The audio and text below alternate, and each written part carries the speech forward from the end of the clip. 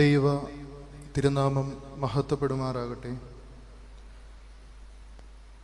ഏറ്റവും വന്യനായ കോറപ്പിസ്കോപ്പാച്ചൻ, ബഹുമാനപ്പെട്ട വൈദിക ശ്രേഷ്ഠർ, മാതാപിതാക്കളെ, സഹോദരങ്ങളെ, അനുഗ്രഹീതമായ ഒരു പെരുന്നാൾ സന്ധ്യയിലൂടെ നാം കടന്നു പോവുകയാണ്. കാലങ്ങളായി ആചരിച്ചു വരുന്ന ഒരു പെരുന്നാളിൽ സംബന്ധിക്കുമ്പോൾ തീർച്ചയായിട്ടും നമ്മുടെയൊക്കെ ഹൃദയത്തിലൂടെ കടന്നു പോകുന്ന അനുഭവങ്ങൾ എന്ന് പറയുന്നത് പൂർവ്വപിതാക്കന്മാരോടൊന്നിച്ച് ഈ ദേവാലയത്തിൻ്റെ ഉള്ളറകളിലേക്ക്, ഈ പരിശുദ്ധമായ ദേവാലയത്തിൻ്റെ പെരുന്നാളിൽ സംബന്ധിക്കുന്നതായ അനുഭവങ്ങളാണ്. തീർച്ചയായിട്ടും ഈ അനുഭവത്തിൽ നിൽക്കുമ്പോൾ ചിലരുടെ വിടവാങ്ങലുകളൊക്കെയും നമ്മളെ വേദനിപ്പിക്കുന്നുണ്ടാവും. കഴിഞ്ഞ പെരുന്നാളുകളിൽ നമ്മോടൊപ്പം ഉണ്ടായിരുന്നവർ, അതിനു മുൻപുള്ളതായ വർഷങ്ങളിൽ നമ്മളോടൊപ്പം ഉണ്ടായിരുന്നവരൊക്കെ ഇന്ന് ഇല്ല എന്നുള്ളതായ ചില വിഷമങ്ങളൊക്കെ നമ്മളൊരു പക്ഷേ അലട്ടുന്നുണ്ടായിരിക്കാം. പക്ഷേ അവിടെയും നമുക്ക് ശക്തി പകരുന്ന ഒരനുഭവം എന്ന് പറയുന്നത് പൂർവികരായ ഈ പിതാക്കന്മാരും മാതാക്കളുമൊക്കെ നമുക്ക് പകർന്നു നൽകിയതായ ചില അമൂല്യമായ ആത്മീക അനുഭവങ്ങളുണ്ട്. അത് ദേവാലയ ബന്ധിതമായ ഒരു ജീവിതത്തിലൂടെ അവർ നൽകിയതായ അനുഗ്രഹങ്ങളാണ്. ഇന്ന് ഏറെ സങ്കടത്തോടെ നമുക്ക് തോന്നുന്നതായ ഒരു അനുഭവം അതുതന്നെയാണ്. ദേവാലയത്തിനകത്തുള്ളതായ ഒരു ആരാധനാ ജീവിതത്തെക്കാൾ ഉപരിയായിട്ട് ദേവാലയത്തിന് പുറത്തുള്ളതായ ആർഭാടങ്ങളിലേക്ക് ഇന്ന് മക്കൾക്ക് ഒരു നല്ല മാതൃകകൾ പകർന്നു കൊടുക്കുവാൻ, ആ ഉള്ളറകൾക്കപ്പുറമായിട്ട് പുറത്തുള്ളതായ സന്തോഷങ്ങളിലേക്ക് അവരെ കൊണ്ടുപോകുന്ന ഒരു തലമുറകളാണ് നമ്മളോടൊപ്പമുണ്ട് എന്നുള്ളത് ഏറെ ഖേദകരമാണ്. 2010 ശേഷമുള്ളതായ കാലഘട്ടത്തിൽ, പ്രത്യേകിച്ച് അമേരിക്കയിലും യൂറോപ്പിലുമൊക്കെ ക്രൈസ്തവ സഭകളിൽ യുവജനങ്ങളുടെ എണ്ണത്തിലുണ്ടായതായ കുറവും, പ്രത്യേകിച്ച് ദേവാലയത്തോടുള്ളതായ അവരുടെ ബന്ധങ്ങളിൽ നിന്നുള്ളതായ കൊഴിഞ്ഞുപോക്കുമൊക്കെ എല്ലാ സഭകളെയും വല്ലാതെ അലട്ടിയൊരു കാലഘട്ടമായിരുന്നു. ഈ കാലഘട്ടത്തിൽ കത്തോലിക്ക സഭയുടെ പരമാധ്യക്ഷനായ പോപ്പ് ഫ്രാൻസിസ് യുവജനങ്ങൾക്ക് വേണ്ടി ഒരാഹ്വാനം നൽകി. അതിപ്രകാരമായിരുന്നു: my dear youth, we can celebrate together within the church. എൻ്റെ പ്രിയപ്പെട്ട യുവജനങ്ങളെ, നമുക്ക് ഒരുമിച്ച് ദേവാലയത്തിൻ്റെ ഉള്ളിൽ നിന്ന് ആഘോഷങ്ങൾ പങ്കുവെക്കാം. അത് ആരാധനയുടേതായ ഒരു ആഘോഷമാണ്. പലപ്പോഴും അവരനുഭവം നഷ്ടപ്പെട്ടു പോകുമ്പോൾ നമ്മുടെ പെരുന്നാളുകളൊക്കെ പൊരുളില്ലാതായി പോകുന്നു എന്നുള്ളതായ യാഥാർത്ഥ്യം ആദ്യമേ ഓർമ്മിപ്പിച്ചു കൊള്ളട്ടെ. വിശുദ്ധ ലൂക്കോസിന്റെ സുവിശേഷം 2-ാം അധ്യായം 41 മുതൽ 52 വരെയുള്ള വേദഭാഗം പരിശോധിക്കുമ്പോൾ അവിടെ ഒരു പെരുന്നാളിനെ പറ്റി നാം കാണുന്നുണ്ട്. ചെറുപ്പകാലം മുതലേ നാം കേട്ടിട്ടുള്ള ഒരു കഥയാണ്. ബാലനായ യേശുവും അമ്മയായ മറിയമും യൗസേഫും ചേർന്നുകൊണ്ട് ഈ കുഞ്ഞുമായിട്ട്, 12 വയസ്സ് പ്രായമുള്ള കുഞ്ഞുമായിട്ട് ദേവാലയത്തിലേക്ക് പോവുകയാണ്. എന്തിനാണ്? പെരുന്നാളിൽ കൂടുവാനായി പോവുകയാണ്. അവിടെ പ്രത്യേകം പറയുന്നൊരു കാര്യമുണ്ട്: അവൻ്റെ അമ്മയപ്പന്മാർ ആണ്ടുതോറും പെസഹ പെരുന്നാളിന് യെരുശലേമിലേക്ക് പോകും.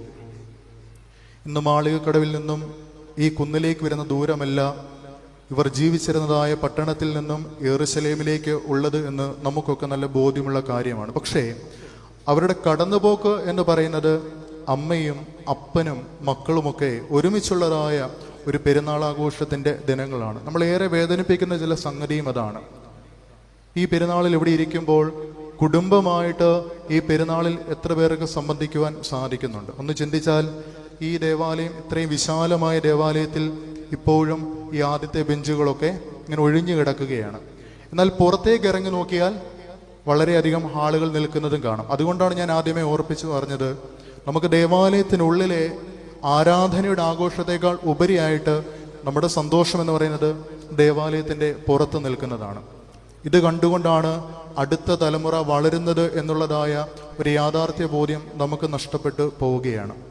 ഇവിടെ അമ്മയായ മറിയമും അപ്പനായ യോസേഫും ഇങ്ങനെ പെരുന്നാളൊക്കെ കഴിഞ്ഞിട്ട് തിരിച്ചു പോരുകയാണ്. അപ്പോൾ എല്ലാ വർഷവും പോകുന്നതാണ്. തിരിച്ചു പോരുമ്പോൾ ഈ കുഞ്ഞും ഇവരോടൊപ്പം ഉണ്ട്. എന്തായാലും തിരിച്ചു വരുമ്പോൾ വീട്ടിൽ കുഞ്ഞിവരോടൊപ്പം കാണും. പക്ഷേ മുൻ വർഷങ്ങളെക്കാൾ അല്പം വ്യത്യസ്തമായിട്ട് ഈ കാലഘട്ടത്തിലൊരു സംഭവം ഉണ്ടായി. മറ്റൊന്നുമല്ല, അപ്പനും അമ്മയും ഇങ്ങനെ നടന്നു പോകുന്നു. അപ്പോൾ ഇവരുടെ ഉള്ളിലൊരു ചിന്ത, ഈ മകൻ ചാർച്ചക്കാരുടെ കൂട്ടത്തിലോ സ്നേഹിതരുടെ കൂട്ടത്തിലോ ഇവരെ പിൻപറ്റുന്നുണ്ട് എന്നുള്ളതാണ്. പക്ഷേ ഏകദേശം 2-3 ദിവസം കഴിഞ്ഞ് വന്നപ്പോഴാണ് അറിയുന്നത് കുഞ്ഞ് കൂടെയില്ല. അതുകൊണ്ട് തന്നെയാണ് ഞാൻ പറഞ്ഞത്, ദൂരം എന്ന് പറയുന്നത് വളരെ വിദൂരമായൊരു അനുഭവമാണ്. കുഞ്ഞിനെ കാണാത്ത അപ്പനും അമ്മയ്ക്കും എന്തുണ്ടാകും? വിഷമമുണ്ടാകും. അവർ ഓടി യെരൂശലേമിലെ ദേവാലയത്തിൽ ചെല്ലുമ്പോൾ അവർക്ക് പോലും അത്ഭുതമുണ്ടാകുന്ന തരത്തിലുള്ള ഒരു അനുഭവമാണ് അവിടെ കാണുവാൻ സാധിക്കുന്നത്. എന്താണ്? വിശുദ്ധ ലൂക്കോസിന്റെ സുവിശേഷം 2-ാം അധ്യായം 47-ാം വാക്യം. അവിടെ പറയുകയാണ്, അവന്റെ വാക്ക് കേട്ടവർക്കെല്ലാം അവന്റെ വിവേകത്തിലും ഉത്തരങ്ങളിലും വിസ്മയം തോന്നി. ഇത് ദേവാലയത്തിലെ പുരോഹിതന്മാർക്കും ഉപദേഷ്ടാക്കൾക്കും ഒപ്പം ഇത് കാണുന്ന മാതാപിതാക്കൾക്കും ഉണ്ടായ അനുഭവമാണ്. പ്രിയമുള്ളവരെ, ഇന്ന് നിങ്ങളുടെ മക്കളെക്കുറിച്ച് നിങ്ങൾക്ക് ഇങ്ങനെ ഒരു അത്ഭുതം തോന്നുന്ന എന്തെങ്കിലുമൊക്കെ നിങ്ങളുടെ ഭവനങ്ങളിൽ കാണാറുണ്ടോ? കാണാറുണ്ട്, അത്ഭുതങ്ങൾ തന്നെ കാണും. പക്ഷേ നാം ആഗ്രഹിക്കുന്ന തരത്തിലുള്ള അത്ഭുതങ്ങൾ കാണുന്നില്ല എന്ന് മാത്രമേ ഉള്ളൂ. 2 ആഴ്ച മുൻപുള്ളതായ മനോരമ പത്രത്തിലും സോഷ്യൽ മീഡിയയിലുമൊക്കെ നമ്മൾ കണ്ട ഒരു വാർത്തയാണ്. കോഴിക്കോടുള്ളതായ ഒരു 13 വയസ്സുകാരൻ എന്ത് ചെയ്തു? അവൻ്റെ അമ്മയുടെ കഴുത്തിൽ ഒരു പിച്ചാത്തി കൊണ്ടെന്ന് വരഞ്ഞു. മീൻ മുറിക്കുന്ന ലാഘവത്തോടെ അമ്മമാരുടെ കഴുത്ത് മുറിക്കുന്ന മക്കളുടെ കാലഘട്ടമാണ്. മറ്റൊന്നുമല്ല, മൊബൈൽ ഫോൺ ചോദിച്ചപ്പോൾ കൊടുത്തില്ല, അപ്പോൾ ചെയ്തതായൊരു പ്രവൃത്തിയാണ്. അതുകൊണ്ടാണ് ഞാൻ പറഞ്ഞത്, ഇന്ന് നിങ്ങളുടെ മക്കളെ പറ്റി നിങ്ങൾക്ക് അഭിമാനിക്കത്തക്ക വിധത്തിൽ എന്ത് കാര്യമാണ് ഓരോ പെരുന്നാളിലും കൂടുമ്പോൾ നിങ്ങൾക്കുണ്ടാകുന്നത് എന്ന് കൂടി ചിന്തിക്കേണ്ടി ഇരിക്കുന്നു. ബാലനായ യേശു ദേവാലയത്തിൽ ഇങ്ങനെ ദേവാലയത്തിൻ്റെ ഉള്ളറകളെ ഇഷ്ടപ്പെടുമ്പോൾ ഇന്ന് നമ്മളുടെ ബാല്യങ്ങൾ 12 വയസ്സിനും അതിനു മുകളിലോട്ടുള്ളതായ ബാല്യങ്ങളൊക്കെ ദേവാലയത്തിൻ്റെ ഉള്ളിലിരുന്നു കൊണ്ട് മറ്റുള്ളവർക്ക് ഒരു ആത്മാഭിമാനം ഉണ്ടാക്കാവുന്ന തരത്തിൽ പ്രവർത്തിക്കുകയാണോ, ദേവാലയത്തിൻ്റെ പുറത്തുള്ളതായ ആഘോഷങ്ങളിൽ പങ്കെടുക്കുകയാണോ എന്ന് കൂടി ചിന്തിക്കേണ്ടിയിരിക്കുന്നു. പറയാതിരിക്കാൻ വയ്യ, നമ്മളിപ്പോൾ ലൈവാണ് കാണുന്നത്. ഈ ലൈവ് ഇവിടെ വെക്കുന്നതിൻ്റെ പ്രധാന കാരണം നമ്മുടെ ദേവാലയത്തിലെ കുറച്ച് യുവജനങ്ങളുടെ ആഗ്രഹമാണ്. അവർക്ക് ഈ പെരുന്നാളിൽ ഈ ദേവാലയത്തിനുള്ളിൽ നിൽക്കുവാൻ സാധിക്കാത്ത അവസ്ഥയിലാണ്. ഇപ്പോൾ കാരണം വിദേശത്താണ്. പക്ഷേ അവർക്ക് അകത്തുള്ള അനുഭവങ്ങളിൽ പങ്കുചേരണമെന്നുള്ള അതിയായ ആഘോഷത്തിൻ്റെയും ആഗ്രഹത്തിൻ്റെയും അനുഭവമാണ് ഈ ലൈവിലൂടെ ഇപ്പോൾ നടക്കുന്നത്. അവരൊക്കെ ഇത് കാണുന്നുമുണ്ട്. ഞാൻ പറഞ്ഞു വരുന്നത്, ദേവാലയത്തിൻ്റെ ഉള്ളറകൾ ഇഷ്ടപ്പെടാത്ത കുട്ടികൾ ഉള്ളപ്പോൾ തന്നെ ആ ഉള്ളറകളെ നഷ്ടമാകരുതെന്നുള്ളതായ ബോധ്യത്തിലൂടെ ജീവിക്കുന്ന കുഞ്ഞുങ്ങളുമുണ്ട്. ഇങ്ങനെ ദേവാലയത്തിൻ്റെ ഉള്ളറകളെ ഇഷ്ടപ്പെടുന്ന കുഞ്ഞുങ്ങളും ദേവാലയത്തിൽ മക്കളെ കൊണ്ടുപോകുന്ന മാതാപിതാക്കളുമൊക്കെ ചേരുന്ന കുടുംബങ്ങളാണ് യഥാർത്ഥത്തിൽ ക്രിസ്തുവിൻ്റെ കുടുംബത്തിന് ലഭിക്കുന്ന ആ പേരിന് അർഹമാകുന്നത്. എന്താണ്? തിരുക്കുടുംബം, ഹോളി ഫാമിലി, വിശുദ്ധ കുടുംബം. നമുക്ക് മറ്റെന്തെങ്കിലും ഉണ്ടായാലും, മറ്റെത്ര സാമ്പത്തിക ഭദ്രത ഉണ്ടായാലും, എത്ര കുടുംബമഹിമയുണ്ടായാലും, പ്രിയമുള്ളവരെ, ഇതൊക്കെ നഷ്ടപ്പെടുവാൻ ഒരു മരത്തിൽ നിന്നും ഒരു ഇല താഴെ വീരുന്ന അത്രയും സമയം പോലും വേണ്ട. നമ്മൾ തന്നെ കണ്ടിട്ടില്ല, നമ്മുടെ മുൻപിലുള്ള, നമ്മുടെ ഈ അയൽപക്കങ്ങളിലുള്ള, നമ്മുടെ ഈ സമൂഹത്തിലുള്ള എത്ര കുടുംബങ്ങളാണ് തകർന്നു പോകുന്നത്. ഒന്ന് ചിന്തിച്ചു കഴിഞ്ഞാൽ അത് മറ്റൊന്നുമല്ല, ജീവിതത്തിൻ്റെ ചില അടിത്തറകൾ ഇളകിപ്പോകുന്നതാണ്. നമ്മൾ എന്നാലും ആശങ്കപ്പെടത്തില്ല. നമ്മൾ പിന്നെയും ഈ സത്യം അറിഞ്ഞിട്ടും അതിൽ നിന്ന് വ്യതിചലിച്ചുകൊണ്ട് അതിൻ്റെ പിന്നാലെ പോകുന്ന കാര്യങ്ങളുടെ പിന്നാലെ പോവുകയാണ്. ഒരു ജീവിതത്തെ പിടിച്ചു നിർത്തുന്നത് 2 കടിഞ്ഞാണുകളാണ്. അതിലൊന്ന് കുടുംബജീവിതം എന്നുള്ള കടിഞ്ഞാണാണ്, മറ്റൊന്ന് ആരാധനാ ജീവിതം എന്നുള്ള കടിഞ്ഞാണാണ്. ഒരു കുതിരയ്ക്ക് കോപ്പിട്ട് ഈ 2 കടിഞ്ഞാണിലൂടെ കുതിരയെ ഓടിക്കുമ്പോൾ ഇതിലൊരു കടിഞ്ഞാണ് വിട്ടുപോലെ എന്ത് സംഭവിക്കും? കുതിരയുടെ നിയന്ത്രണം വിട്ടുപോകും. ഇതുപോലെ തന്നെയാണ് നമ്മളുടെ ജീവിതങ്ങളുടെ നിയന്ത്രണങ്ങൾ വിട്ടുപോകുന്നത്. നമ്മുടെ ഭവനങ്ങളിൽ കുടുംബജീവിതവും ആരാധനാ ജീവിതവും സമാസമം ഒരുപോലെയാകുന്ന അനുഭവത്തിൽ മാത്രമാണ് ഈ മുൻപോട്ടുള്ളതായ ചലനങ്ങളും പാതകളുമൊക്കെ ഏറെ ഭദ്രമാകുന്നത്. ഒരു പക്ഷേ അല്പം പ്രയാസമായിരിക്കാം, പക്ഷേ നിങ്ങൾ ആഗ്രഹിക്കുന്നത് പോലെ തന്നെ മുൻപോട്ട് എത്തിച്ചേരണമെങ്കിൽ ഈ കടിഞ്ഞാണുകൾ കയ്യിൽ കാണണം. അങ്ങനെ കടിഞ്ഞാണുകളുള്ള കുടുംബങ്ങൾക്ക് ലഭിക്കുന്ന പേരാണ് തിരുക്കുടുംബം എന്നുള്ളത്. ഈ സന്ധ്യയിൽ 2 ചിന്തകൾ മാത്രം പങ്കുവെച്ചുകൊണ്ട് ഞാൻ എൻ്റെ വാക്കുകൾ ഉപസംഹരിക്കുന്നതാണ്. ഇങ്ങനെ ഒരു കുടുംബം തിരുക്കുടുംബമാകണമെങ്കിൽ, അല്ലെങ്കിൽ തിരുക്കുടുംബമായി മാറിയതിൻ്റെ പിന്നിലുള്ള ആദ്യത്തെ രഹസ്യം എന്താണ്? അത് മറ്റൊന്നുമല്ല, പ്രതിസന്ധികളുടെ പേമാരിയിലും പ്രത്യാശയോടെ ജീവിച്ച കുടുംബം എന്നുള്ളൊരു അനുഭവമാണ്. പ്രതിസന്ധിയുടെ പേമാരിയിലും പ്രത്യാശയോടെ ജീവിക്കുവാൻ ഇന്നത്തെ കുടുംബങ്ങൾക്ക് സാധിക്കുന്നുണ്ടോ? നമ്മളൊക്കെ കുടുംബത്തിൻ്റെ ഉയർച്ചയും ഭാവിയിലെ തലമുറകളെയൊക്കെ ആഗ്രഹിച്ചിരിക്കുന്ന അപ്പന്മാരും അമ്മമാരും കുഞ്ഞുങ്ങളുമൊക്കെയാണ് ഈ ദേവാലയത്തിൻ്റെ ഉള്ളിലുള്ളത്. പക്ഷെ അവർക്ക് വേണ്ടി നിങ്ങൾ എന്താണ് ചെയ്തു വെക്കുന്നത്? ഒരു കാലഘട്ടത്തിൽ സഹനത്തിൻ്റെ പാതയിലൂടെ, സഹന ജീവിത വഴികളിലൂടെ കുടുംബങ്ങൾ ചരിച്ചു വന്ന കാലഘട്ടമുണ്ട്. 8ഉം 10ഉം മക്കളുണ്ടായിരുന്ന കുടുംബങ്ങളിൽ അമ്മയും അപ്പനും പറയുന്നത് കേട്ട് വളരുന്ന മക്കളുള്ള കാലഘട്ടമുണ്ടായിരുന്നു. ഇന്നിങ്ങോട്ട് വാടാന്ന് പറഞ്ഞാൽ മകനാണേലും മകളാണേലും പറയും, നീ പോടാ, നീ പോടി. അതാണ് കാലഘട്ടം. നമ്മളെത്ര അതോർത്തിട്ട് അത്ഭുതപ്പെട്ടിട്ടും കാര്യമില്ല. കാരണം അവർക്ക് വേണ്ടി നമ്മൾ എന്താണെന്ന് ചെയ്തു വെക്കുന്നത്? ഇന്ന് അവരുടെ മുൻപിൽ നിങ്ങൾ ചെയ്യുന്ന പ്രവൃത്തികളൊക്കെ കണ്ടുകൊണ്ടാണ് അവർ വളരുന്നത് എന്നുള്ളതായ ബോധ്യം പോലും നമുക്ക് പലപ്പോഴും ഇല്ല. മറ്റുള്ളവർക്ക് മാതൃകയാണെങ്കിൽ അത് നമ്മുടെ പ്രവൃത്തിയിൽ കൂടി നിഴലിക്കേണ്ടി വരത്തില്ലേ? അങ്ങനെയുള്ള ഒരു സാധ്യതകളും ഇല്ലാതെ പോകുന്നു എന്നുള്ളത് ഏറെ ഖേദകരമാണ്. നമ്മുടെ പൂർവികരൊക്കെ കണ്ണുനീരൊഴുക്കി പ്രാർത്ഥിച്ചതുകൊണ്ട് മാത്രമാണ് ഞാൻ ഇന്ന് ഇവിടെ നിൽക്കുന്നതും നിങ്ങൾ എവിടെ ഇരിക്കുന്നതും ഈ അച്ഛന്മാരൊക്കെ ഇവിടെ ഇരിക്കുന്നതും. അല്ലാതെ മറ്റാരുടെയും കഴിവല്ല. നമ്മുടെ പഠനമോ നമ്മളുടെ പണമോ നമ്മുടെ ആരോഗ്യമോ ഒന്നും നമ്മുടെ ഇവിടെ നിലനിർത്തത്തില്ല.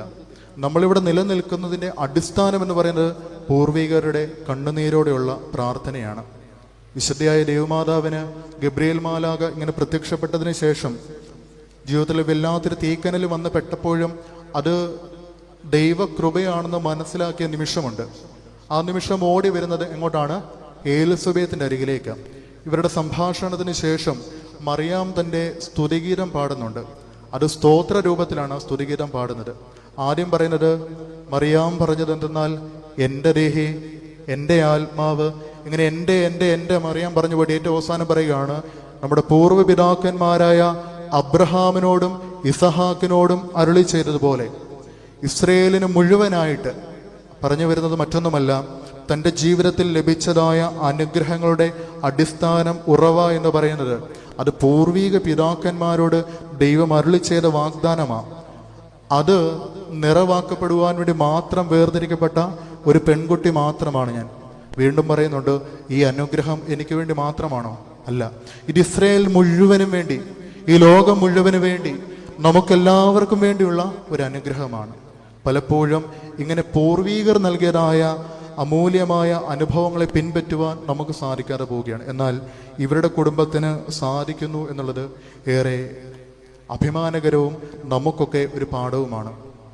പ്രത്യേകിച്ച് പിതാക്കന്മാരൊക്കെ യോസഫിൻ്റെയും മറിയമിൻ്റെയും ഈശോയുടെയും ഈ കുടുംബത്തെ പഴയ നിയമത്തിലെ ഒരു കുടുംബത്തോട് ചേർത്ത് വ്യാഖ്യാനിക്കുന്നുണ്ട്. അത് മറ്റാരുടെയുമല്ല, പൂർവ്വപിതാവായ അബ്രഹാമിൻ്റെയും സാറായുടെയും ഇസഹാക്കിൻ്റെയും കുടുംബമാണ്. ഉൽപ്പത്തി പുസ്തകം 12-ാം അധ്യായം 1-ാം വാക്യം പരിശോധിക്കുമ്പോൾ അവിടെ അബ്രഹാമിൻ്റെ അരികിലേക്ക് വന്നുകൊണ്ടൊരു ദൂത് നൽകുകയാണ്, ഞാൻ കാണിപ്പാനിരിക്കുന്ന ദേശത്തേക്ക്, പറഞ്ഞേ, ഞാൻ കാണിപ്പാനിരിക്കുന്ന ദേശത്തേക്ക് നീ പോവുക. മറുചോദ്യങ്ങളൊന്നും അവിടെ ഉണ്ടാകുന്നില്ല. കേട്ടു, അതനുസരിച്ച് മുൻപോട്ട് പോകുന്ന അബ്രഹാമിനെ കാണാം. മത്തായിയുടെ സുവിശേഷത്തിലേക്ക് വരുമ്പോൾ 1-ാം അധ്യായം 24-ാം വാക്യത്തിൽ അവിടെ നാം കാണുന്നത് തൻ്റെ ജീവിതത്തിൻ്റെ എല്ലാ സൗഭാഗ്യങ്ങളും നഷ്ടപ്പെട്ടു എന്ന് ചിന്തിക്കുന്ന ഒരു യുവാവിൻ്റെ ജീവിതമാണ്. പ്രതിസന്ധികളുടെ നടുവിൽ പോലും ആ ദുർഘട സമയത്തെ അനുഭവത്തിൽ ഒരാശ്വാസത്തിൻ്റെ അരുളപ്പാട് ലഭിക്കുന്നുണ്ട്. അവിടെയാണ് പടരുന്നതായിട്ടുള്ളതായ ആ അഗ്നിക്കനലുകളെ പോലും അവനൊന്ന് അണയ്ക്കുവാൻ സാധിക്കുന്ന ഒരു അനുഭവം ഉണ്ടാകുന്നത്. മറ്റൊന്നുമല്ല, യൗസേഫിന് ഉറക്കത്തിൽ ദൂതൻ പ്രത്യക്ഷപ്പെട്ടുകൊണ്ട് പറയുകയാണ്, യൗസേഫിനോട് പറയുന്നുണ്ട്, നീ ഇതൊന്നും പേടിക്കേണ്ട, ഇതൊക്കെ കർത്താവിൻ്റെ ചില തീരുമാനങ്ങളുടെ പിന്നാലെയുള്ളതായ കാര്യങ്ങളാണ്. ഒന്നും ഓർത്ത് പേടിക്കേണ്ട. പിന്നീട് ഉണ്ടാകാൻ പോകുന്ന കുഞ്ഞിനുണ്ടാകുന്ന പേര് വരെ പറയുമ്പോൾ ആ അപ്പൻ ചെയ്യുന്ന കാര്യം ഉറക്കമുണർന്നപ്പോൾ അവിടെ ഇങ്ങനെ തന്നെയാണ് പറയുന്നത്, ഉറക്കമുണർന്ന് കർത്താവിൻ്റെ ദൂതൻ കൽപ്പിച്ചതുപോലെ ചെയ്തു. പ്രിയമുള്ളവരെ, ഇന്നത്തെ ഈ റാഷണൽ തിങ്കിങ്ങിൻ്റെ ഒരു കാലഘട്ടത്തിൽ നമ്മളൊക്കെ പലപ്പോഴും ചോദ്യങ്ങൾ കൊണ്ട് അമ്മാനമാടുന്ന കാലഘട്ടമാണ്. യുക്തിസഹജമായ ചോദ്യങ്ങൾ കൊണ്ട് എന്തിന്, എങ്ങനെ, എപ്പോൾ, എവിടെ, എങ്ങനെ എന്നുള്ളതായ ചോദ്യങ്ങളിലൂടെ ആരാധന ജീവിതത്തെയും കുടുംബ ജീവിതത്തെയും വേട്ടയാടുന്ന കാലഘട്ടത്തിൽ അബ്രഹാമും യൗസേഫുമൊക്കെ പകർന്നു നൽകുന്ന അനുഭവം അത് ദൈവത്തിൻ്റെ തീരുമാനമാണെങ്കിൽ അതിന് വിധേയപ്പെട്ട് ജീവിക്കണം എന്നുള്ളതാണ്. അബ്രഹാമിൻ്റെ മുൻപോട്ടുള്ള പാതകളൊക്കെ നിങ്ങൾ പരിശോധിക്കുമ്പോൾ കാണാം, ജീവിതത്തിൽ എവിടെ അനുഗ്രഹമുണ്ടായാലും അബ്രഹാം ചെയ്യുന്ന കാര്യം എന്താണെന്നറിയോ? ഒരു ബലിപീഠം പണിത് അവിടെ യാഗമർപ്പിക്കും. അതുകൊണ്ട് തന്നെ തൻ്റെ മകനായ ഇസഹാക്കിനെ പറ്റി വേദപുസ്തകത്തിൻ്റെ ആദ്യ താളുകളൊക്കെ പരിശോധിക്കുമ്പോൾ നാം കാണുന്ന ഒരു വാചകം ഇപ്രകാരമാണ്: ഇസഹാക്ക് ഉറക്കമുണരുമ്പോൾ വൈകുന്നേരമാകുമ്പോൾ ധ്യാനിക്കുവാനായിപ്പോയി. ഇങ്ങനെ ബലിപീഠങ്ങൾ പണിത് മക്കൾക്ക് ആരാധനാ ജീവിതത്തിന്റെ അനുഭവങ്ങൾ പകർന്നു കൊടുക്കുന്ന മാതാപിതാക്കളുടെ മക്കൾ മാത്രമേ ഇങ്ങനെ ധ്യാനിക്കുവാൻ പോകത്തുള്ളൂ. അല്ലെങ്കിൽ ഗാഢനിദ്രയിൽ ജീവിതത്തിന്റെ ഉണർവിലും ഉറക്കത്തിലൂടെ സഞ്ചരിക്കുന്ന മക്കളായിരിക്കും നമ്മുടെയൊക്കെ ഭവനങ്ങളിൽ ഉണ്ടാകുന്നത്. രണ്ടാമതായിട്ട് വീണ്ടും കാണുന്നത് സാറായുടെ അനുഭവമാണ്. വാർദ്ധക്യത്തിന്റെ അനുഭവത്തിലും ഒരമ്മയുടെ ഏറ്റവും വലിയ, ഒരു സ്ത്രീയുടെ ഏറ്റവും വലിയ സങ്കടം എന്തുവാ? ഒരു കുഞ്ഞില്ല എന്നുള്ളതാണ്.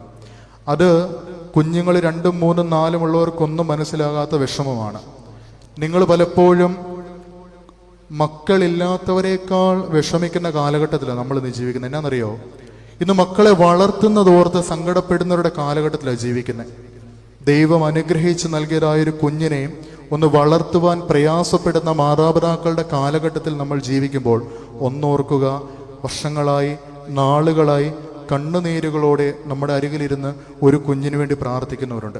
അവരുടെ കണ്ണുനീരിൻ്റെ അരികിൽ നിന്നുകൊണ്ട് നമുക്ക് ലഭിച്ച കുഞ്ഞുങ്ങളെ ഓർത്തുകൊണ്ട് പരാതിപ്പെടുന്ന നമുക്കുണ്ടാകുവാൻ പോകുന്ന ഭവിഷ്യത്തുകളെ പറ്റി നിങ്ങൾ തന്നെ ചിന്തിക്കുക.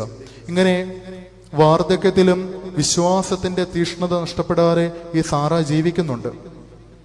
അവസാനം കുഞ്ഞിനെ ബലിയർപ്പിക്കണമെന്നുള്ളതായ ഒരു അനുഭവം ഉണ്ടാകുമ്പോൾ ദൈവത്തോട് ചേർന്ന് നിന്നുകൊണ്ട്, ഭർത്താവിനോട് ചേർന്ന് നിന്നുകൊണ്ട് കുഞ്ഞിനെ ബലിയർപ്പിക്കുവാൻ വേണ്ടി പറഞ്ഞു വിടുന്ന ഒരമ്മയാണ്. പക്ഷെ ഒരു കാര്യമുണ്ട്, വേദപുസ്തകത്തിൽ ഒന്നും പറയുന്നില്ലെങ്കിലും നമുക്ക് ഊഹിക്കാവുന്നൊരു കാര്യമുണ്ട്. എന്താണ്? ഈ കുഞ്ഞ് ബലിയാകുവാൻ പോകുമ്പോൾ അവിടെ ഭവനത്തിൽ ബലിയാകുന്ന ഒരമ്മയുണ്ട്. ഇന്ന് കുഞ്ഞ് ബലിയാകുന്നതിൻ്റെ നടുവിൽ എത്ര അമ്മമാർ, എത്ര അപ്പന്മാർ ബലികളായി തീരുന്നുണ്ട്. നമ്മൾ പറയും, എടാ പള്ളിയിലോട്ട് വാ. അപ്പൊ അവൻ തിരിച്ചു വയ്ക്കും, എന്തിനാ?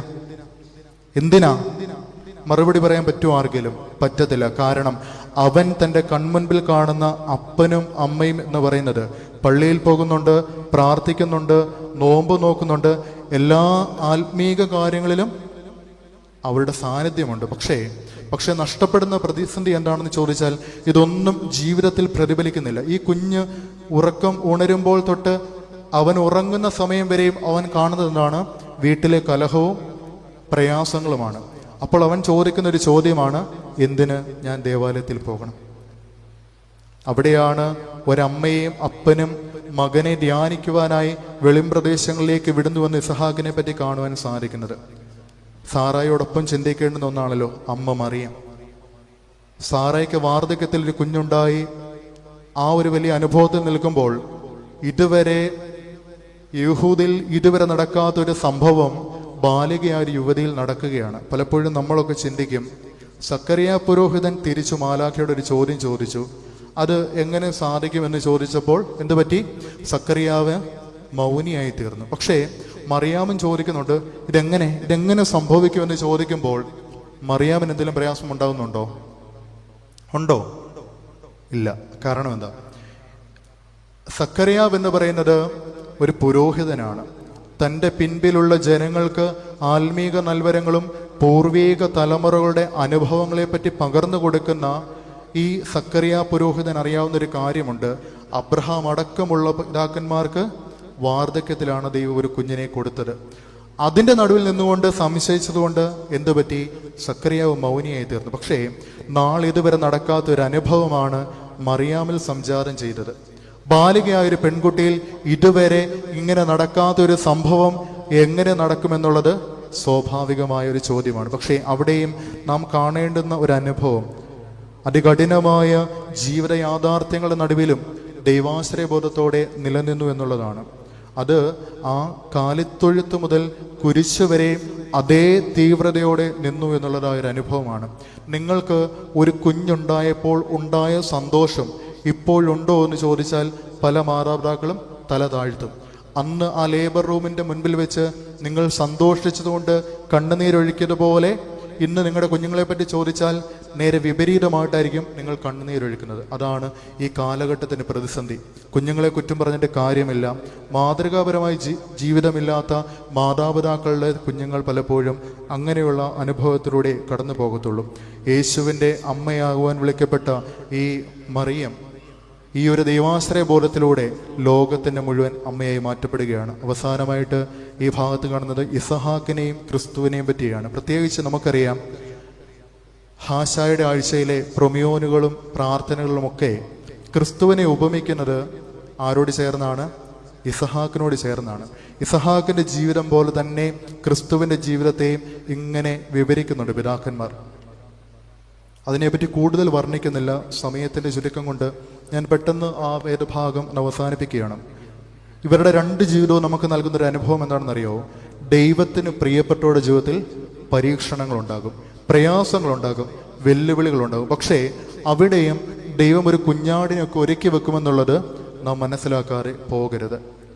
ഇങ്ങനെ മക്കളെ പറഞ്ഞു പഠിപ്പിക്കുന്ന, മോനെ നീ തകരരുത്, നീ വീണു പോകരുതെന്ന് പറഞ്ഞവരെ ശക്തിപ്പെടുത്തുന്ന മാതാപിതാക്കൾക്ക് പകരം സഹന വഴിയിൽ നിന്നും സംതൃപ്തിയുടെ പാതയിലൂടെ അവരെ നടത്തുന്ന മാതാപിതാക്കളാണ് ഇന്നത്തെ മക്കൾക്ക് നാശമായി തീരുന്നത്. രണ്ടാമതായിട്ട് ഒരു ഭാഗം കൂടി വേഗത്തിൽ പറഞ്ഞുകൊണ്ട് ഞാൻ എൻ്റെ വാക്കുകൾ ഉപസംഹരിക്കുന്നതാണ്. രണ്ടാമതായിട്ട് എന്തുകൊണ്ട് ഇതൊരു തിരുക്കുടുംബമായി തീർന്നു എന്ന് ചിന്തിച്ചാൽ നമുക്ക് മനസ്സിലാക്കുവാൻ സാധിക്കും, സഹനത്തിൻ്റെ താഴ്വരയിലും സന്തോഷത്തിൻ്റെ കൊടുമുടിയിലും ഒന്നിച്ചു നിന്ന കുടുംബമായിരുന്നു ആരുടേത്? ക്രിസ്തുവിൻ്റെ കുടുംബം. സഹനത്തിൻ്റെ താഴ്വരയിലും സന്തോഷത്തിൻ്റെ കൊടുമുടിയിലും ഒരുപോലെ നിൽക്കുവാൻ എത്ര കുടുംബങ്ങൾക്ക് സാധിക്കുന്നുണ്ട്? നൈമിഷികമായ ലാഭങ്ങൾക്ക് വേണ്ടി ഇന്ന് ഭാര്യാഭർത്തൃ ബന്ധങ്ങളിൽ പോലും ഉണ്ടാകുന്ന വെല്ലുവിളികൾ, മക്കൾ തമ്മിലുണ്ടാകുന്ന വിടവുകൾ, അയൽപക്കത്തുള്ള സഹോദരനായിട്ടുണ്ടാകുന്നതായ പ്രയാസങ്ങളൊക്കെ വർദ്ധിച്ചു വരുന്നൊരു കാലഘട്ടത്തിലാണ് നമ്മൾ ജീവിക്കുന്നത്. ഒന്നോർക്കുക, ഈ ജീവിതം എന്ന് പറയുന്നത് സന്തോഷങ്ങൾ കൊണ്ട് മാത്രം അലങ്കരിക്കപ്പെട്ട ഒന്നല്ല. അങ്ങനെ തോന്നുന്നുണ്ടെങ്കിൽ ഒറ്റ കാര്യം ചിന്തിക്കുക. ഒരു 10 വർഷം മുൻപോട്ടൊന്ന് ചിന്തിച്ചേ, പുറകിലോട്ട്. 10 വർഷം മുൻപ് നിങ്ങളുടെ ജീവിതത്തിൽ നിങ്ങൾ അനുഭവിച്ചതായ വേദനകളില്ലേ, ത്യാഗങ്ങളില്ലേ, അതിൻ്റെ നടുവിൽ പിടിച്ചു നിന്നവരൊക്കെ ഈ 10 കൊല്ലത്തിന് ശേഷം ഒരു ആത്മനിർവൃതിയുടെ അനുഭവത്തിലൂടെ ആയിരിക്കും ഇവിടെ ഇരിക്കുന്നത്. കാരണം അത് സന്തോഷം കൊണ്ട് മാത്രം അലങ്കരിക്കപ്പെട്ട ജീവിതമല്ലെന്ന് മനസ്സിലാക്കി ജീവിച്ചവരുടെ ഒരു അനുഭവമാണ്. പക്ഷേ ഇന്ന് അങ്ങനെയുള്ള അനുഭവത്തിലൂടെ മക്കളെ കടത്തിടുവാൻ മാതാപിതാക്കൾക്ക് സാധിക്കാതെ പോവുകയാണ്. ശരിക്കും മക്കൾക്ക് കിട്ടുന്ന ഏറ്റവും വലിയ സമ്പത്ത് എന്താ? മക്കൾക്ക് കിട്ടുന്ന ഏറ്റവും വലിയ സമ്പത്ത് എന്താണെന്ന് ചോദിച്ചാൽ ഞാൻ പറയും, അത് കൃപ നിറഞ്ഞ ഒരു അമ്മയും നീതിമാനായ ഒരു അപ്പനുമാണ്. വേറെ ഒന്നും വേണ്ട. വേറെ സൗന്ദര്യങ്ങളോ ഭവനത്തിൻ്റെ സാമ്പത്തികമായ ഉന്നമനമോ മറ്റൊന്നും വേണ്ട. അവർക്ക് സമ്പത്തെന്ന് പറയുന്നത് അവരുടെ മുൻപിൽ കൃപയുടെ അനുഭവത്തിലുള്ള ഒരു അമ്മയും നീതിമാനായ ഒരു അപ്പനും മതി. അതുണ്ടെങ്കിൽ ഈ മക്കളൊക്കെ ഏത് സഹനത്തിൻ്റെ താഴ്വരയിലും സന്തോഷത്തിൻ്റെ കൊടുമുടിയിലും ഈ അപ്പനോടും അമ്മയോടും ചേർന്ന് നിൽക്കും. പലപ്പോഴും മറിയാമിൻ്റെയും യോസേഫിൻ്റെയും ജീവിതം പരിശോധിക്കുമ്പോൾ ഞാൻ ചിന്തിക്കാറുണ്ട്, എത്ര പക്വതയോടെ അവർ ജീവിച്ചത്, എത്ര പക്വതയോടെയാണ്. ആ മനുഷ്യൻ വിവാഹത്തിന് മുൻപുള്ളതായ ആ ദിവസങ്ങളിലൊക്കെ എത്രയേറെ സ്വപ്നങ്ങൾ കണ്ട് ജീവിച്ച മനുഷ്യനായിരിക്കും. നമ്മുടെയൊക്കെ വിവാഹത്തിന് മുൻപുള്ള നാളുകൾ അങ്ങനെയല്ലേ? സ്വപ്നങ്ങളാണ്, മുൻപോട്ടുണ്ടാകുവാൻ പോകുന്നതായ സന്തോഷങ്ങളെ പറ്റിയുള്ളതായ അനുഭവങ്ങളാണ്. അതിൻ്റെ നടുവിലാണ് ഭാര്യയാകുവാൻ പോകുന്ന പെൺകുട്ടി ഗർഭിണിയാകുന്നു എന്നുള്ളതായ ഒരു വിഷമം അറിയുന്നത്. പക്ഷെ അവിടെയും അവളെ കുറ്റപ്പെടുത്താതെ, അവൾക്ക് ലോക അപമാനമുണ്ടാക്കാതെ അവളെ ചേർത്ത് നിർത്തുന്ന ഒരു പുരുഷനെയാണ് യോസേഫിൽ കാണുന്നത്. പാതിരാത്രി ഇങ്ങനെ കടന്നു പോവുകയെ കേട്ടോ. കടന്നു പോകുന്ന വേള എന്ന് പറയുന്നത് നമ്മുടെ ഇതുപോലത്തെ റോഡൊന്നുമല്ല. താഴ്വാരങ്ങളും കുന്നുകളും മലകളും താണ്ടിയുള്ള യാത്രയിൽ പലയിടങ്ങളിൽ പല സത്രങ്ങളിൽ പോയി കൊട്ടി ഈ അപ്പനും അമ്മയും. ആരും തോർന്നില്ല. അപ്പോഴും യോസേഫ് പറഞ്ഞതായിട്ട് നാം കാണുന്നില്ല, നീ ഒറ്റ ഒരുത്തി കാരണമാ ഞാനോടി ഇങ്ങനെ നടക്കേണ്ടി വരുന്നത്. ഒടുവിൽ ആ കുഞ്ഞിനെ പ്രസവിച്ചു. വീണ്ടും മുൻപോട്ട് പോകുമ്പോൾ ദേവാലയ ബന്ധിതമായ ജീവിതത്തിലൊക്കെ ഇരുവരും ഒരുമിച്ചാണ് ആ കുഞ്ഞിനെ കൊണ്ടുപോകുന്നത്. കുഞ്ഞ് ജനിച്ച് 8 ദിവസം കഴിഞ്ഞപ്പോൾ ദേവാലയത്തിന് മുറ അനുസരിച്ച് കൊണ്ടുപോകുമ്പോൾ വൃദ്ധനായ ശിമോനും ഹന്നായും നിൽക്കുമ്പോഴൊക്കെ ഈ അമ്മ ചെല്ലുമ്പോൾ കൂടെ ആരുണ്ട്? അപ്പനുണ്ട്. ശമോൻ പറയുന്നൊരു വാക്ക് എങ്ങനെയാണ്? നിന്റെ ഹൃദയത്തിലൂടെ ഒരു വാള് കടക്കും. ആരോട് പറയുന്നതാ? അമ്മയോട് പറയുന്നതാ. പക്ഷേ അമ്മ അവിടെ തളരാതെ നിൽക്കുന്നതിൻ്റെ കാര്യം എന്താണെന്ന് ഞാൻ പലപ്പോഴും ചിന്തിച്ചപ്പോൾ ഞാൻ തന്നെ കണ്ടെത്തിയൊരു ഉത്തരം എന്താണെന്നറിയോ? ഇതിനേക്കാൾ വലിയൊരു പ്രയാസം ഉണ്ടായപ്പോൾ ആരുണ്ടായിരുന്നു? എൻ്റെ കൂടെ നിന്ന മനുഷ്യൻ ഇപ്പോഴും എൻ്റെ കൂടെയുണ്ട്. അതുകൊണ്ട് ഇതിനപ്പുറം സംഭവിച്ചാലും, ഈ വാളിനേക്കാൾ അപ്പുറമുള്ള വേദനകൾ സംഭവിച്ചാലും ഞാൻ വീണു പോകുന്നില്ല എന്നുള്ളൊരു ബോധ്യമാണ്. അങ്ങനെയുള്ളതായ ബോധ്യങ്ങൾ നിങ്ങൾ നിങ്ങളുടെ മക്കൾക്ക് പകർന്നു കൊടുക്കുന്നുണ്ടോ? നമ്മളൊക്കെ പലപ്പോഴും ആഗ്രഹിക്കുന്നത് ദേവാലയത്തിൽ വരുമ്പോൾ സന്തോഷവും സമാധാനവും സംതൃപ്തിയുമാണെങ്കിൽ ഈ അമ്മ അറിയുന്ന വിഷമം എന്ന് പറയുന്നത് നിന്റെ ഹൃദയത്തിലൂടെ ഒരു വാൾ കടക്കുമെന്നുള്ളതാണ്. പക്ഷെ അതിൻ്റെ നടുവിലും തളരാതെ നിൽക്കുവാൻ അവളെ പ്രേരിപ്പിച്ചത് ഏത് പ്രതിസന്ധിയിലും ഒരു കൊടുമുടി പോലെ ശാന്തമായി തന്നോട് ചേർന്ന് നിൽക്കുവാൻ ഒരു ഭർത്താവുണ്ട് എന്നുള്ളതാണ്. പ്രിയമുള്ളവരെ, ലൂക്കോസിന്റെ സുവിശേഷം 1-ാം അധ്യായം 6-ാം വാക്യം പരിശോധിക്കുമ്പോൾ അവിടെ വേറൊരു കുടുംബത്തിനെ പറ്റി ലൂക്കോസ് വിവരിക്കുന്നുണ്ട്. ആരെ പറ്റിയാ? അവിടെ പറയുന്ന ഇപ്രകാരമാണ്: ഇരുവരും ദൈവസന്നിധിയിൽ നീതിയുള്ളവരും കർത്താവിൻ്റെ സകല കൽപ്പനകളിലും പ്രമാണങ്ങളും പാലിക്കുന്നവരുമായിരുന്നു. മറ്റാരെ പറ്റിയുമല്ല, യോഹന്നാൻ സ്നാപകന്റെ അപ്പനും അമ്മയായ സക്കറിയാവും ഏലിസബേത്തുമാണ്. ഇവരുടെ ദൈവികമായൊരു കാഴ്ചപ്പാടിൽ നിന്നുകൊണ്ടാണ് യോഹന്നാൻ സ്നാപകൻ ഉണ്ടാകുന്നത്. പലപ്പോഴും മക്കളെ ഇങ്ങനെ രൂപപ്പെടുത്തുന്ന മാതാപിതാക്കൾ ഇന്ന് നഷ്ടപ്പെടുകയാണ്.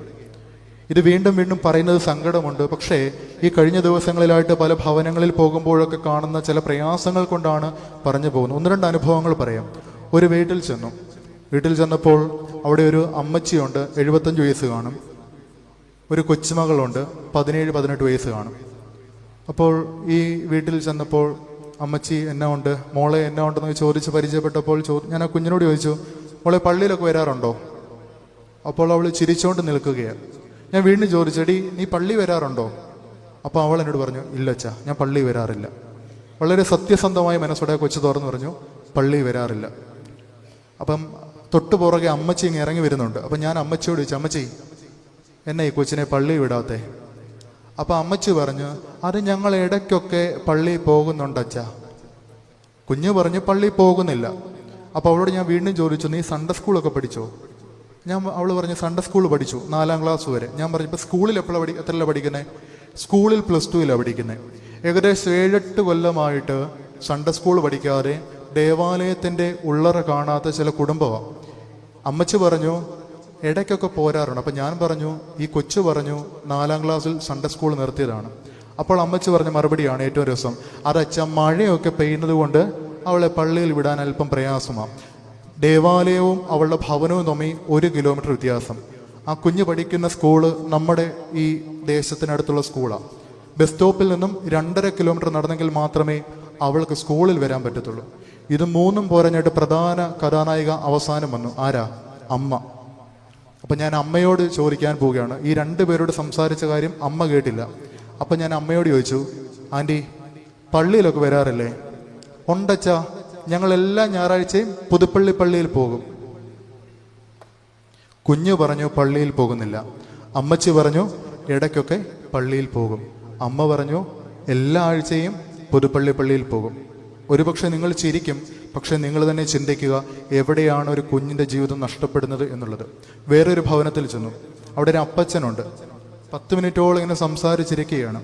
അതിനുശേഷം ഏറ്റവും അവസാനം എടി മോളെ എന്ന് വിളിച്ചപ്പം ആര് വന്നു? കൊച്ചുമോൾ ഓടി വന്നു. അപ്പോഴാണ് ഞാൻ അറിയുന്നത് അച്ഛനൊക്കെ വന്നപ്പോഴും ഇങ്ങനെ വീടിൻ്റെ അകത്ത് കയറി ഒളിച്ചിരിക്കുന്ന പിള്ളേരുടെ കാലഘട്ടമാണല്ലോ എന്നുള്ളത്. അപ്പം ഞാൻ ആ കൊച്ചിനോടും ചോദിച്ചു, മോളെ നീ പള്ളിയിലൊക്കെ വരാറുണ്ടോ? അവളൊന്നും പറയുന്നില്ല. അപ്പം അപ്പച്ചൻ പറഞ്ഞു പള്ളിയിൽ പോകാറില്ല അച്ഛാ. അപ്പം ഞാൻ ചോദിച്ചു അതെന്നാ കാര്യം? അത് അവൾക്ക് ഒറ്റയ്ക്ക് ഞായറാഴ്ചക്ക് പള്ളിയിൽ പോകാൻ പേടിയാണ്. എനിക്ക് പ്രായമൊക്കെ ആയതുകൊണ്ട് ഞാൻ വീട്ടിൽ തന്നെയാണ്, നടക്കാൻ പറ്റത്തില്ല. ഓക്കെ, അംഗീകരിക്കാം. അപ്പം കുഞ്ഞിൻ്റെ അമ്മ എന്ത് ചെയ്യും? അത് കുഞ്ഞിൻ്റെ അമ്മ ഞായറാഴ്ച ബ്യൂട്ടി പാർലറിൽ പോകും. അവൾക്ക് അവിടെയാണ് ജോലി. അതുകൊണ്ട് ഈ കുഞ്ഞ് തന്നെ പള്ളിയിലോട്ട് പോരാൻ അവൾക്ക് പേടിയാണ്. ഒരു 20 രൂപ ഓട്ടോ ചാർജ് കൊടുത്താൽ അവളെ 4 ആഴ്ച പള്ളിയിൽ വിട്ടാൽ 100 രൂപ പോലും ആകാത്ത ഭവനത്തിൽ അപ്പച്ചനും അമ്മച്ചയും അമ്മയുമൊക്കെ ഇങ്ങനെ കുഞ്ഞുങ്ങളുടെ ജീവിതം മുരടിപ്പിക്കുന്ന ഒരു കാലഘട്ടത്തിലൂടെയാണ് നമ്മൾ ജീവിക്കുന്നത്. ഞാൻ എൻ്റെ വാക്കുകൾ ഉപസംഹരിക്കുകയാണ്. പ്രിയമുള്ളവരെ, ഇതൊരു വല്ലാത്ത കാലഘട്ടമാണ്. ഒരു കാലഘട്ടത്തിൽ കുഞ്ഞുങ്ങളൊക്കെ എഴുന്നേറ്റ് വരുമ്പോൾ കാണുന്ന കാഴ്ച അപ്പനും അമ്മയും വേദപുസ്തകവും വായിക്കുന്ന ഒരു കാലഘട്ടമായിരുന്നു. ഇന്ന് പലതും തോണ്ടുന്ന കാലഘട്ടമാണ്. അതുകൊണ്ട് തന്നെ ഈ കാലഘട്ടം അറിയപ്പെടുന്ന എന്താണ്? ഇത് സ്റ്റോൺ ഏജിൽ നിന്നും സ്ക്രീൻ ഏജിലേക്ക് വന്ന കാലഘട്ടമാണ്. ഇതൊക്കെ കണ്ടുകൊണ്ടാണ് ഈ കുഞ്ഞുങ്ങൾ വളരുന്നത്. എന്നിട്ട് നമ്മൾ പറയും, നീ അത് ഉപയോഗിക്കരുത്. കഴിഞ്ഞ 2 ആഴ്ച മുമ്പ് മനോരമ പത്രത്തിൽ കണ്ടൊരു വാർത്ത, 1950 ശേഷമുള്ള കാലങ്ങളിൽ കൃത്രിമമായ ഗർഭപാത്രങ്ങളെ പറ്റിയുള്ള പഠനങ്ങൾ നടന്നിരുന്നു. പക്ഷേ ഈ 21-ാം നൂറ്റാണ്ടിൻ്റെ ഈ കാലഘട്ടത്തിൽ ഇന്ന് പല ഇടങ്ങളിലും കൃത്രിമമായ ഗർഭപാത്രങ്ങൾ രൂപപ്പെടുത്തുന്നതിനെ പറ്റിയാണ് കേട്ടത്. ഒരു നാളിൽ വേദനിച്ചുകൊണ്ട് കുഞ്ഞുങ്ങൾക്ക് ജന്മം കൊടുത്തിരുന്ന അമ്മമാരുടെ നടുവിൽ നിന്നും ഇന്ന് വേദന അറിയാതെ മക്കളെ പിറക്കുന്നതായ അമ്മമാരുടെ ഭവനങ്ങളാണ് നമ്മുടെ ചുറ്റുപാടും ഉണ്ടാകുന്നത്. ലാവണ്ടർ മാരേജ് എന്ന് പറഞ്ഞ മാരേജ് ഉണ്ട്, കേട്ടിട്ടുണ്ടോ? കേൾക്കാൻ സാധ്യതയില്ല, ഇന്ത്യയിൽ തുടങ്ങിയതേ ഉള്ളൂ. താമസിക്കാതെ കേരളത്തിൽ എത്തും. അത് മറ്റൊന്നുമല്ല, വിവാഹം കഴിക്കും, പുരുഷനും സ്ത്രീയും വിവാഹം കഴിക്കും, പക്ഷേ പേരിന് മാത്രമായിരിക്കും.